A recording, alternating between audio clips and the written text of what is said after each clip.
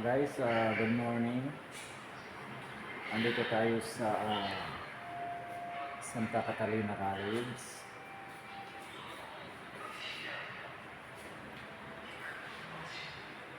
Ito yung part 3 ng vlog ko kahapon.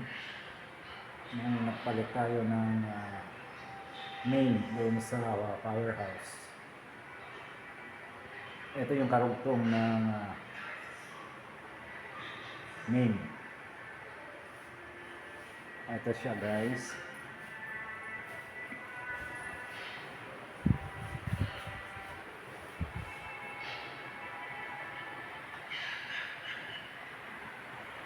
Magpapalit tayo ng mas malaking panel board para pag-isahin yung breaker.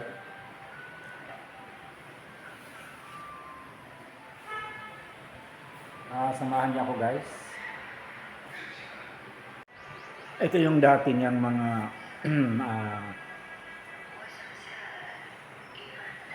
panel board.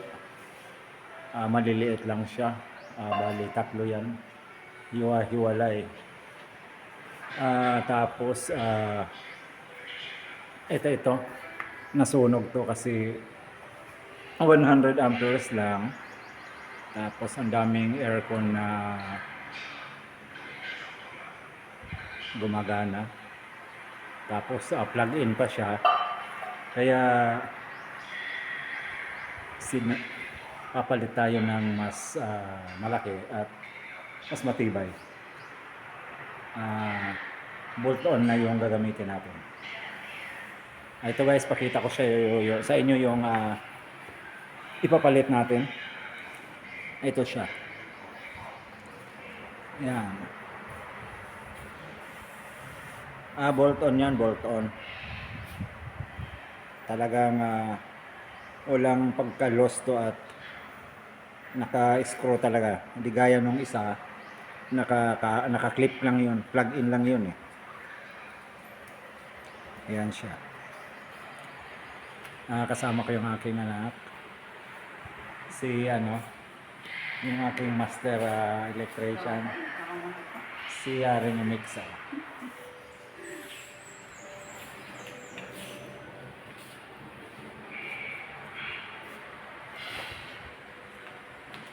Sige, guys, magpapalit tayo. Bubuksan muna natin yung ating mga breaker. Guys, ito yung papalitan natin. Ipo-pull out natin ito. Papalitan natin ng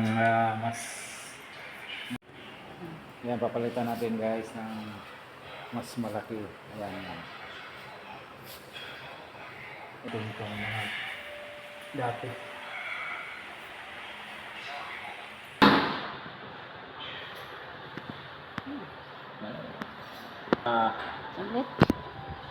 Okay, guys, tanggalin natin itong takip ng panel board. Putasan natin para ready na siya doon sa mount doon sa wall.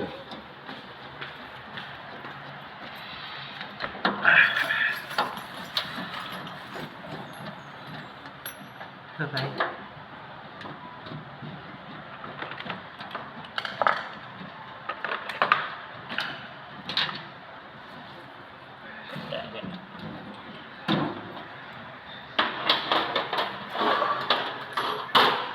Ayan, guys, talagang mas matibay ito kaysa doon. Siya, yun. Bolt on siya. Tapos allen wrench to. Talagang mahigpitan natin ng maigi. Yun, scroll lang wala hanggang lang. Sa banda. Yan. Maliit na. Ano mo na rin. Nabubutasan natin guys para maglalagay tayo ng dynabolt doon sa pader, sa concrete wall. Kaya bubutasan natin to.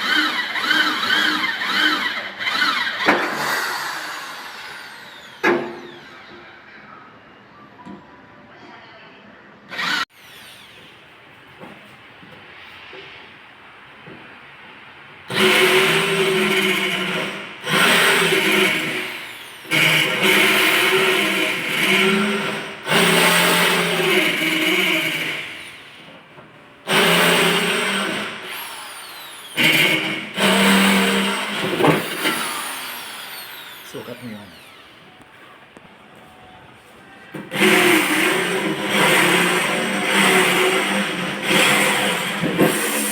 Yung nasa